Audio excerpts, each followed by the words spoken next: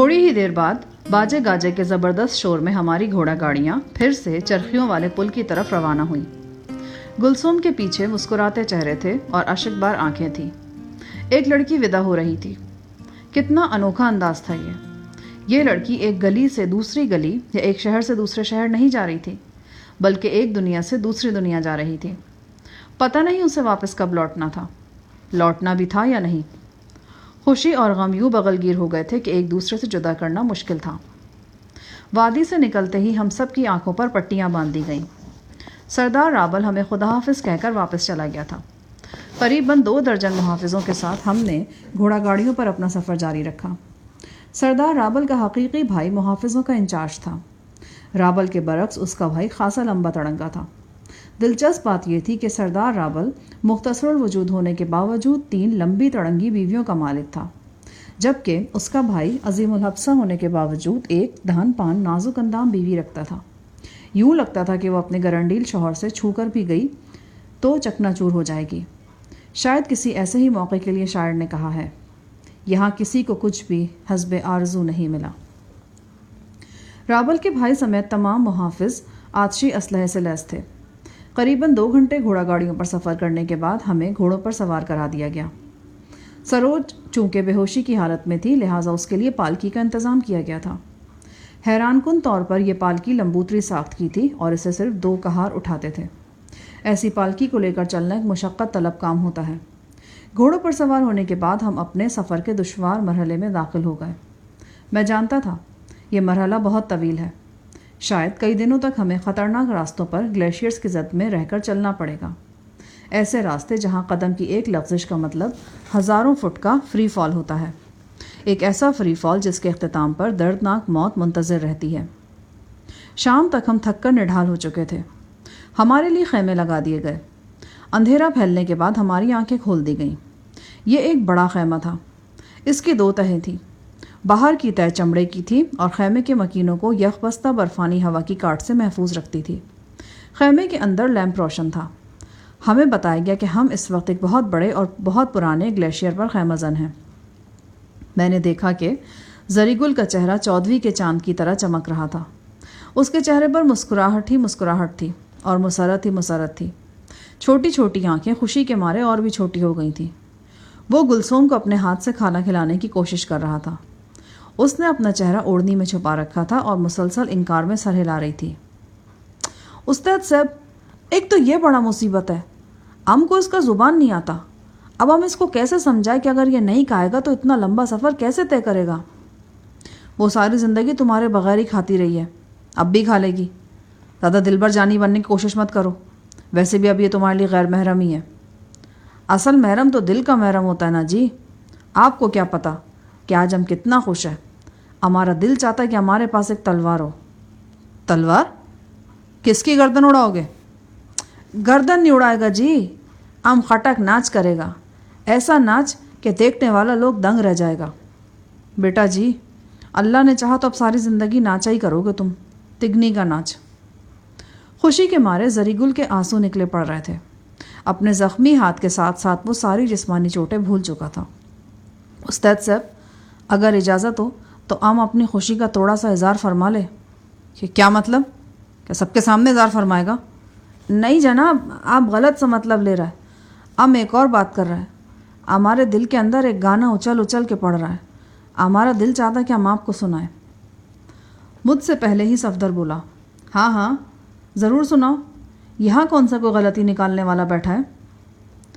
زری نے کان پر ہاتھ رکھا، آنکھیں بند کی، سانس اندر کی طرف کھینچی اور پھر اس کے حلق سے شہد میں ڈوبی ہوئی آواز نکلی، ہم کیوں دامن کو پھیلائے، ہم کیوں کوئی دعا مانگے، جب ہم نے پا لیا خدا سے تجھے تو ہم اور کیا مانگے، خدا سے ہم اور کیا مانگے۔ جب زری گل نے 2-3 بار لہک لہک کر کہا کہ خدا سے اور کیا مانگے تو خیمے کے دروازے پر سائیں علی کی شکل نظر آئی۔ اس نے ناراض لہجے میں کہا، اوئے تو خدا سے عقل مانگ، تجھے نہیں پتا کہ کوئی بیمار ہے؟ جو بندہ اپنی خوشی میں کسی کے غم کو بھولتا ہے وہ اپنے لیے دوزخ کا سامان کرتا ہے۔ زری گل جھینپ کر چپ ہو گیا۔ صفدر ایک خالی دیگچی بجا کر زری گل کو تال دینے کی کوشش کر رہا تھا۔ اس نے بھی اپنے ہاتھ روک لیے۔ واقعی ہمیں خیال نہیں رہا تھا۔ سروج کی حالت ناگفتبہ تھی اور ہم ہنسی مذاق میں مصروف ہو گئے تھے۔ میں خیمے سے باہر نکلا۔ چاند تاروں کی مدھم روشنی میں گلیشیئر کا نظارہ دل فریب تھا۔ حد نگاہ تک ایک سپاٹ میدان نظر آ رہا تھا۔ حیرت کی بات تھی کہ کہیں کہیں رویدگی بھی نظر آ رہی تھی۔ ہمارے خیمے کے بالکل قریب ایک چھوٹی سی جھاڑی تھی۔ اگر مجھے بتایا نہ گیا ہوتا کہ ہم گلیشیئر پر ہیں تو میں ہرگز اندازہ نہ لگا سکتا تھا۔ درجہ حرارت منفی تھا۔ میں سروج والے خیمے میں پہنچا۔ وہ گہری نیند سو رہی تھی۔ اس کے ہاتھ پاؤں رسیوں میں جکڑے ہوئے تھے۔ یقیناً وہ گاہے بگاہے مزاحمت بھی کرتی رہی تھی۔ اس مزاحمت کے آثار خراشوں کی صورت اس کی کلائیوں اور پنڈلیوں پر موجود تھے۔ کچھ دیر سروج کے پاس بیٹھ کر میں خیمے میں واپس لوٹا تو صفدر اور زری گل دبی آواز میں باتیں کر رہے تھے۔ دیکھیے جناب، آپ کے شاگرد صاحب نے کیا یو ٹرن لیا ہے۔ وہ ساری چیزیں واپس لے لی ہیں جو پرسوں مجھے سونپی تھیں، اور کہا تھا کہ میں نے اس کی آخری نشانی سنبھال کر رکھ لوں۔ ساری چیزیں کہاں ہیں جناب؟ بٹوا تو ابھی بھی صفدر صاحب کے ہی پاس ہے۔ وہ صحیح کہہ رہا تھا۔ اسوار کی ڈبیا، سگریٹ کا پیکٹ، کنگھی، عطر، انگوٹھی، ماچس، سب کچھ نظر آ رہا تھا، لیکن بٹوا دکھائی نہیں دے رہا تھا۔ بٹوا تو میں دے دیتا ہوں جناب، لیکن وہ خطرناک تصویریں ہرگز نہیں دوں گا جو بٹوے میں لگی ہیں۔ اسی تصویر کے لیے تو ہم بٹوا مانگ رہا ہے۔ زری گل تڑخ کر بولا۔ کون سی تصویر؟ میں نے پوچھا۔ وہی جناب، بدر منیر ایک ہیروئن کے ساتھ چمٹ کر لیٹا ہوا ہے۔ اوئے باندر، اب تجھے کیا ضرورت ہے ایسی تصویر کی؟ استاد جی، ابھی تو ضرورت ہے ایسا تصویروں کا۔ کیا مطلب؟ عام نے آپ کو بتایا تھا نا جناب کہ کلثوم بالکل معصوم ہے، اسے پتہ ہی نہیں کہ عورت مرد کا کیا چکر ہوتا ہے۔ ہمارا مطلب ہے شادی کے بعد جو کچھ ہوتا ہے اس کے بارے میں اسے کچھ خبر نہیں۔ ایک دن ایک مرغا صاحب اپنی مرغی… اچھا یار چھوڑو، سنا ہوا قصہ ہی ہے۔ مجھے یہ بتاؤ کہ اگر وہ واقعی معصوم ہے تو تم کیوں اس کی معصومیت کے پیچھے ہاتھ دھو کر پڑ گئے ہو؟ استاد صاحب، ہم دل و جان سے آپ کو استاد مانتا ہے، لیکن عشق و محبت کے معاملے میں آپ ہمارا استاد نہیں ہیں۔ اب تو خود ساری عمر کسی کے پیچھے ہاتھ دھو کر نہیں پڑا اور اب ہم کو بھی منع کر رہے ہیں۔ زری گل، مجھے لگتا ہے کہ تم روز بروز عالم قریشی بنتے جا رہے ہو۔ وہ جیسے کشمیری ہریسے کو دیکھ کر صبر نہیں کر سکا نا، تم بھی گلثوم کو دیکھ کر صبر نہیں کر رہے۔ بھلے مانس آرام سے کھاؤ ورنہ بدہضمی ہو جائے گی۔ اسی دوران میں باہر سے گانے بجانے کی آوازیں آنے لگیں۔ میں نے خیمے سے سر نکال کر باہر کی یک بستہ تاریکی میں جھانکا۔ یہ ہمارے پورٹر تھے، یعنی وہ لوگ جو وادی سے ہمارے ساتھ آئے تھے۔ ان میں ہمارے 20 عدد محافظ بھی شامل تھے۔ ان لوگوں نے ایک چٹان کے عقب میں بہت بڑے ترپال کے نیچے پناہ لے رکھی تھی۔ وہاں آگ جل رہی تھی اور وہ محفل سجائے ہوئے تھے۔ پتہ نہیں وہ کون سا گیت گا رہے تھے۔ اس گیت میں برفانی ہواؤں کی روانی تھی اور اس پہاڑی لڑکی جیسی ترنگ تھی جو سرما کی طویل رات کو اپنے پردیسی محبوب کے بستر پہ اپنی زلفیں کھولتی ہے اور رات بھر اس کے سنگ جاگنے کے لیے آمادہ نظر آتی ہے۔ 2-3 شخص مل کر گا رہے تھے اور باقی 4 افراد خالی کنستروں اور ڈبوں کی مدد سے تال دے رہے تھے۔ میں نے ذرا سا آگے جا کر ایک پتھر کی اوٹ سے دیکھا۔ بڑا دلچسپ منظر تھا۔ ایک نوجوان رقص کر رہا تھا۔ اس نے ڈوری کی مدد سے گلے میں کوئی گول کدو جیسی سبزی لٹکا رکھی تھی۔ یہ 2 گول کدو اس کے سینے کے مقام پر دائیں بائیں حرکت کر رہے تھے۔ تماشائی اس منظر سے لطف اندوز ہو رہے تھے۔ نانگا پروت کے دامن میں کسی نامعلوم گلیشیئر پر الاؤ کی وہ روشنی اور رقص کرتا ہوا نوجوان کسی خواب کا حصہ دکھائی دیتے تھے۔ اس گھڑی نہ کوئی رابلی تھا اور نہ داخانی، نہ کلہاڑا بردار اور نہ برچھا بردار۔ وہ صرف انسان تھے۔ زندگی کی اصل سے قریب تر نظر آ رہے تھے، اور زندگی کا اصل تو ایک شوخ بچہ ہوتا ہے جو 100 سالہ بوڑھے کے اندر بھی موجود رہتا ہے۔ اگلے روز اجالا ہونے سے پہلے ہماری آنکھوں پر سیاہ پٹیاں باندھ دی گئیں۔ یقیناً جس گلیشیئر پر ہم نے رات گزاری تھی اس کا کوئی نام ہوگا، حدود اربع ہوگا، لیکن ہم یہ تفصیلات نہیں جان سکتے تھے۔ اگر جان سکتے تو پھر ہماری آنکھوں پر پٹیاں نہ بندھی ہوتی۔ میں اس خوبصورت گلیشیئر کو دن کی روشنی میں دیکھنا چاہتا تھا، لیکن وہ میرے قریب ہوتے ہوئے بھی مجھ سے بہت دور تھا۔ اس اجنبی گلیشیئر کی اندیکھی روشنی کو الوداع کہہ کر ہم اگلی صبح پھر اپنے سفر پر روانہ ہو گئے۔ راستے تنگ اور خطرناک ہوتے جا رہے تھے۔ کئی جگہ ہمیں گھوڑوں سے اترنا پڑا۔ ہمارا اگلا پڑاؤ ایک درے کے قریب تھا۔ ایک بڑی چٹان کے قدرتی سائبان تلے ہم نے خیمے لگائے۔ یہاں ہوا کی رفتار خاصی تیز تھی۔ تاہم خیموں کے اندر سکون محسوس ہوتا تھا۔ اندھیرا پھیلنے پر ہماری آنکھوں کی پٹیاں کھولی گئیں۔ اس وقت کھانا تیار ہو چکا تھا۔ یہ مقامی کھانا چاول، انڈے اور سبزی پر مشتمل تھا۔ تاہم ہمارے لیے ڈبہ بند چکن سوپ بھی مہیا کیا گیا۔ یہ سوپ پاؤڈر کی شکل میں ہوتا ہے اور گرم پانی ملانے سے فوراً تیار ہو جاتا ہے۔ زری گل بڑے لاڈ سے سوپ کے چمچے بھر بھر کر گلسوم کے منہ میں ڈالتا جا رہا تھا۔ ساتھ ہی ساتھ وہ افسوس بھی کر رہا تھا کہ وہ گلسوم کی بات سمجھنے سے قاصر ہے۔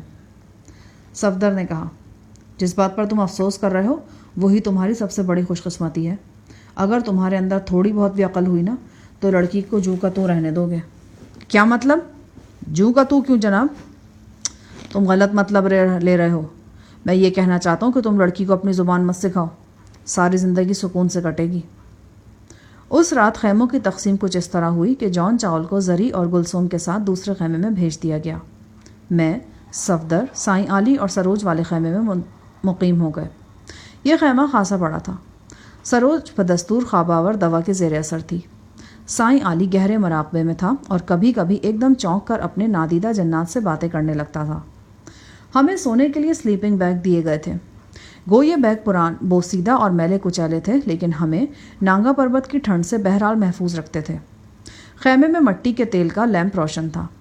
تیل کی بو پنجاب کے کسی گاؤں کی یاد دلا رہی تھی، جہاں لالٹینوں کے قریب بیٹھ کر رات کا کھانا کھایا جاتا تھا اور بڑے پیالوں میں گرما گرم دودھ پتی پی کر باتیں یا کہانیاں سنی اور کہی جاتی تھیں۔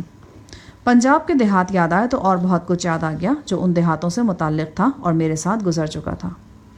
جاگیردار قادر زمان، نجو، خودسر بدماش کاربین، چٹے پل کی حویلی کا دفینہ، راہ گم کردہ ٹرک، مشرقی پنجاب، بوٹا سنگھ، سب کچھ یاد آیا۔ اور پھر اپنا جل کوٹ بھی یاد آیا، بچپن کی محبت، باغ، کھیت کھلیان اور غزالہ جس کے جسم سے کچے آموں کی خوشبو آتی تھی اور میں ساون کے دنوں میں جل ترنگ کی طرح بج اٹھتا تھا۔